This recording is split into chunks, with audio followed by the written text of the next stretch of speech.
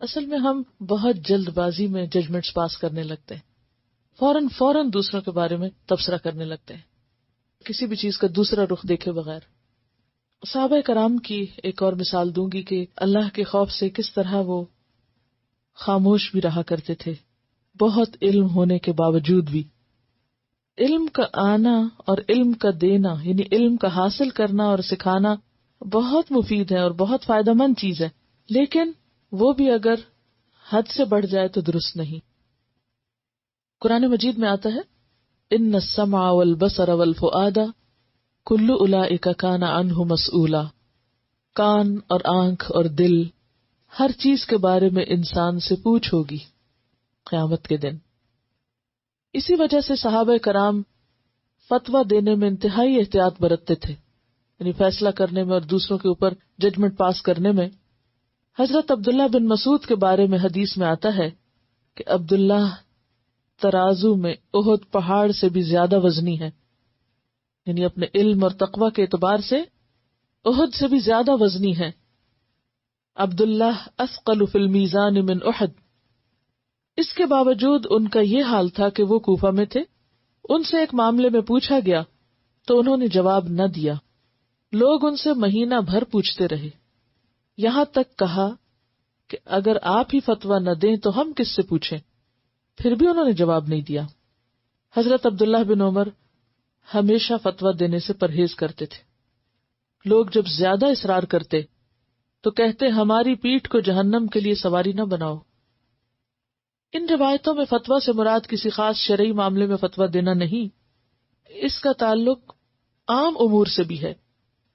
مسلمان عام طور پر چھوٹے چھوٹے معاملات جو زندگی میں پیش آتے ہیں اس کے بارے میں اپنے بڑوں سے رائے لیتے ہیں، ماں باپ سے لیتے ہیں، علماء سے، رہنماؤں سے۔ تو ایسے میں علم والوں کی ایک ذمہ داری بنتی ہے، کیا کہ وہ جو بھی بات کریں، جو بھی فیصلہ کریں، جو بھی رائے دیں، سوچ سمجھ کر دیں، فوراً نہ دیں، محدود علم کی بنا پر نہ دیں، اس وقت تک کوئی فیصلہ نہ کریں جب تک کہ مشورہ، مطالعہ اور غور و فکر کی ساری شرائط پوری نہ کریں۔ کیا مشورہ؟ یعنی جتنا اہم معاملہ ہے اس میں مشورہ، مطالعہ، اسٹڈی بھی کرنا چاہیے، اور غور و فکر۔ ایسے امور میں نہ بولنا اس سے بہتر ہے کہ آدمی غیر ذمہ دارانہ طور پہ بولے، کیونکہ لوگوں کے معاملات میں، خصوصاً اجتماعی معاملات میں، رائے دینا بہت نازک بات ہے۔ رائے غلط ہو تو بہت سے لوگ اس پہ چل پڑیں گے اور کیاس برپا ہو جائے گا۔ تو خاص طور پر وہ لوگ جو ذمہ دار ہوں انہیں زیادہ احتیاط کی ضرورت ہے، اور بہت سی ایسی باتیں جن کے بارے میں آپ شور نہ ہو یا شک کا شکار ہوں تو ان کے اظہار سے پرہیز کیجیے۔ تو گفتگو کا باب یہاں مکمل ہوا، لیکن اس پر عمل تو مرتے دم تک جاری رہنا چاہیے۔ صرف یہ 1-2 ہفتے کی بات نہیں تھی، اور یہ ہے کہ اپنے اندر کی اصلاح کے ساتھ اپنی گفتگو کی اصلاح، اپنے انداز یعنی اسٹائل کی اصلاح، اچھے آداب، manners, style, selection of words, tone, intention, time and place جہاں آپ بات کر رہے ہیں، ان سب چیزوں کا لحاظ رکھنا ضروری ہے۔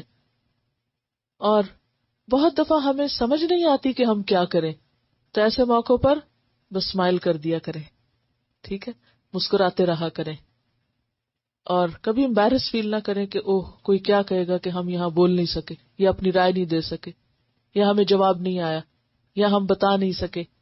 کوئی بات نہیں، ضروری نہیں ہوتا کہ ہم ہر بات جانتے ہوں اور ہمیں ہر بات کا جواب آتا ہو۔ جتنا آتا ہے، اگر تھوڑا بھی آتا ہے تو بھی کافی ہے۔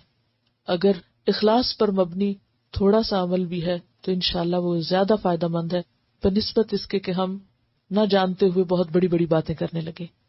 اور وہ اویس قرنی کی روایت میں نے آپ کو بتائی تھی، صحیح مسلم میں ان کے بارے میں آتا ہے کہ وہ آپ صلی اللہ علیہ وسلم کے پاس ملاقات کے لیے نہیں آ سکے تھے، لیکن آپ نے حضرت عمر سے کہا تھا کہ اگر تم اس سے ملو تو اپنی بخشش کی دعا کرانا اس سے۔ صحابی کو کہہ رہے ہیں تابعی سے دعا کرانے کے لیے۔ بظاہر صحابی کا مقام بڑا ہے، لیکن ان کا قلیل عمل بھی اویس قرنی کا قلیل عمل جو ہے وہ بھی بہت وزنی تھا. بعض لوگوں کے عمل بظاہر نظر نہیں آتے اور ہم ان کی خاموشی کی وجہ سے یا ان کے بہت زیادہ سوشل نہ ہونے کی وجہ سے ان کو حقیر سمجھنے لگتے ہیں کہ یہ کیا ہے، تو کچھ بھی نہیں. آپ کو نہیں معلوم کسی شخص کا اپنے رب سے کیا تعلق ہے، وہ اخلاق اور تقوی کے کس مقام پر ہے. تو ہم سب کو سب سے پہلے اللہ کی نظر میں اور پھر اس کے بعد بندوں کے لیے بوجھ اور مصیبت نہ بننے میں فکر کرنی چاہیے کہ ہمارے رویے سے، ہمارے اخلاق سے ظاہراً اور باطناً کسی کو تکلیف نہ پہنچے. اللہ تعالیٰ ہمیں ویسا ہی بنا لے جیسا بننا اس کو پسند ہے. سبحانک اللہم و بحمدک نشہد ان لا الہ الا انت نستغفرک و نتوب الیک. السلام علیکم و رحمۃ اللہ وبرکاتہ.